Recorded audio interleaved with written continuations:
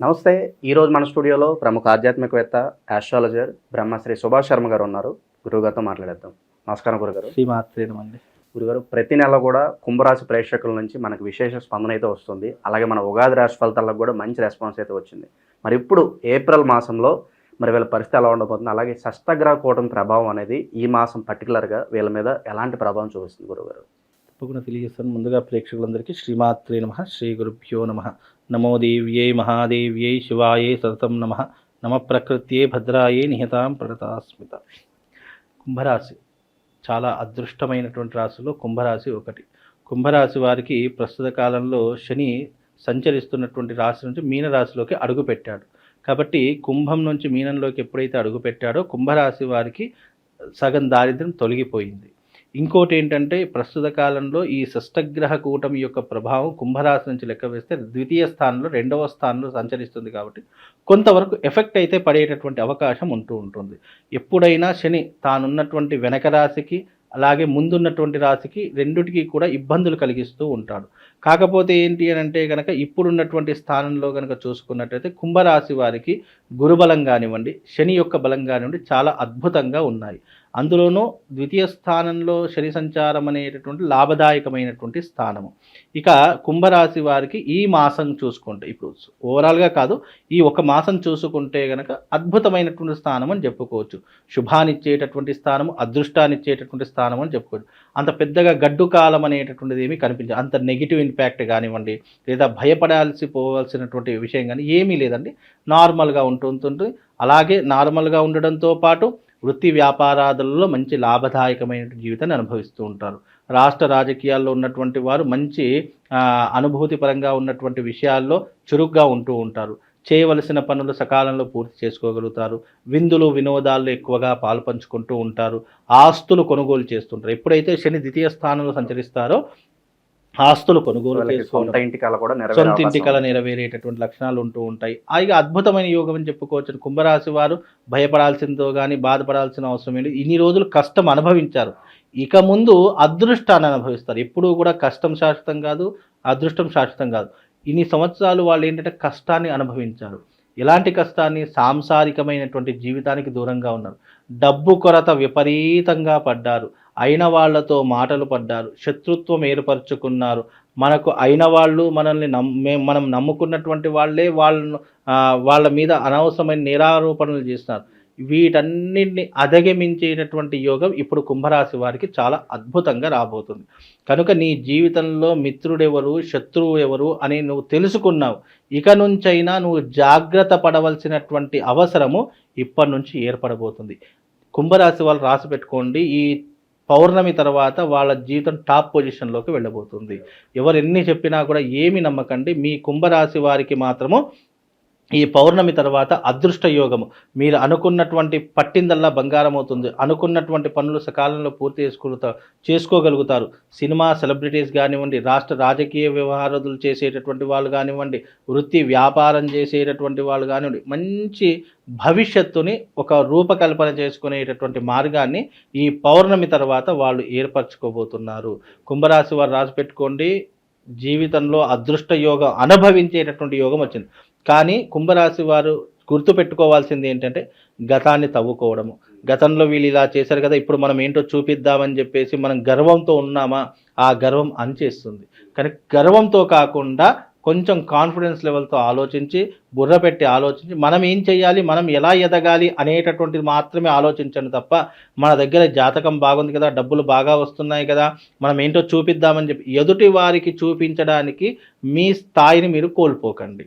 అది మెయిన్గా గుర్తుపెట్టుకోండి. ఎందుకంటే కుంభరాశి వారికి ఏంటి అంటే ఉన్నప్పుడు ఉగాది, లేనప్పుడు సంక్రాంతి అన్నట్టుగా ఈ గొబ్బెమ్మ మాదిరిగా ఉంటారు. అలా ఉండకుండా వీలైనంత వరకు మీరేంటో మీరు నిరూపించుకునే ప్రయత్నం చేయండి తప్ప ఎదుటి వారి కోసమో పక్కనున్న వారి కోసమో మీరు బ్రతకడానికి ప్రయత్నం చేయకండి. అలా బ్రతుకుతున్నాము అని ఏమాత్రం మీరు అడుగు వేసినా మళ్ళీ మీరు పైకి ఎదగలేరు. కనుక కుంభరాశి వారికి ఇప్పుడు మంచి టైం పీరియడ్ అనేది బాగా నడుస్తుంది. బాగా నడుస్తున్నప్పుడు మన జీవితాన్ని స్థిరపరచుకోవడానికి మనం అవకాశం ఏర్పరచుకోవాలి తప్ప ఎవరికి ఏదో చూయించుకోవడానికో, నాకు అప్పుడు కష్టాలు ఉన్నప్పుడు నన్ను బాధ పెట్టాడు కదా, వీని కూడా బాధ పెడదామని చెప్పేసి రివెంజ్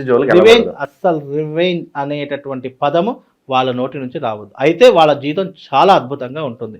ఎందుకంటే కుంభరాశి వారి కుంభరాశిలో ఎవరైతే జన్మిస్తారో వాళ్ళకి చదువు ఉన్నా లేకపోయినా, ఆస్తి ఉన్నా లేకపోయినా కాన్ఫిడెన్స్ లెవెల్స్ బాగా ఉంటాయి. ఏది ఉన్నా లేకపోయినా డబ్బు సంపాదిస్తామనేటటువంటి ఒక పొగరు అనేటువంటి వాళ్ళకు ఉంటూ ఉంటుంది.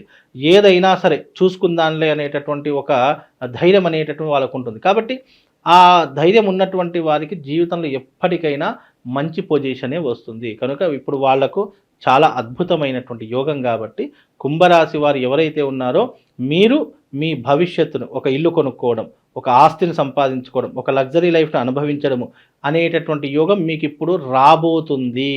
ఈ రాబోయేటటువంటి యోగాన్ని మీరు కాలదన్నుకోకండి.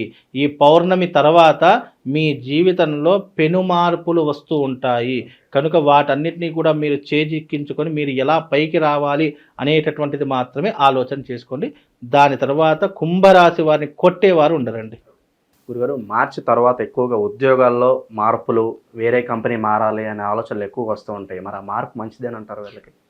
ప్రస్తుత కాలంలో మీ కుంభరాశి వారికి అదృష్ట యోగం ఎలా వస్తుంది అని అంటే కనుక ఆపర్చునిటీస్, అవకాశాలు వస్తూ ఉంటాయి.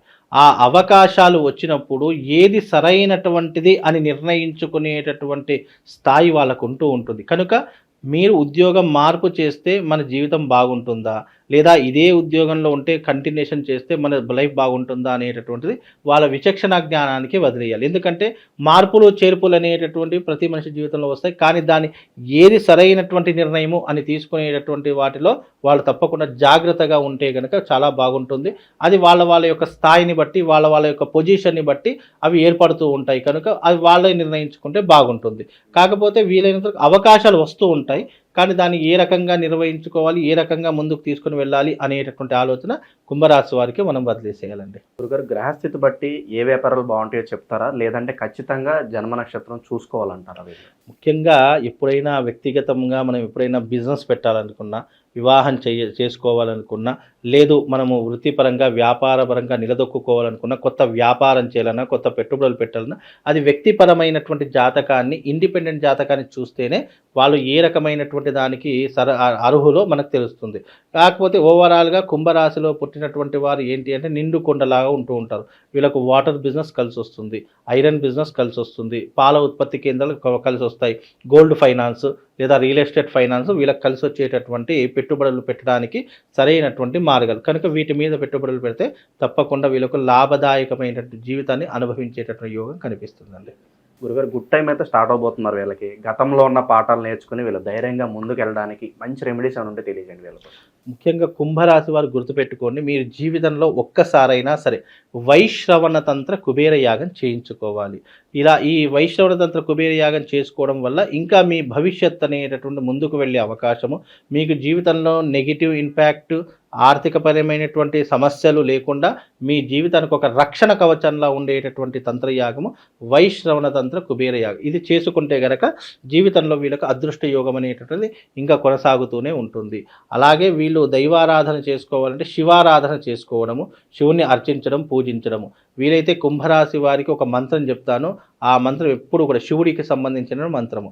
ఓం మృత్యుంజయాయ రుద్రాయ నీలకంఠాయ శంభవే అమృతేశాయ శర్వాయ మహాదేవాయ తే నమః అనేటటువంటి మంత్రాన్ని ప్రతిరోజు 11 సార్లు, 108 సార్లు మీకు వీలైనంత వరకు, మీ సమయం ఉన్నంత వరకు దీనిని మీరు మనసులో నామస్మరణ చేసుకుంటూ ఉండండి. తద్వారా వాళ్ళకు శుభం లాభంతో పాటు అదృష్ట యోగం కూడా కలుగుతుందండి. చాలా బాగా వివరించారు గురుగారు, ధన్యవాదాలు.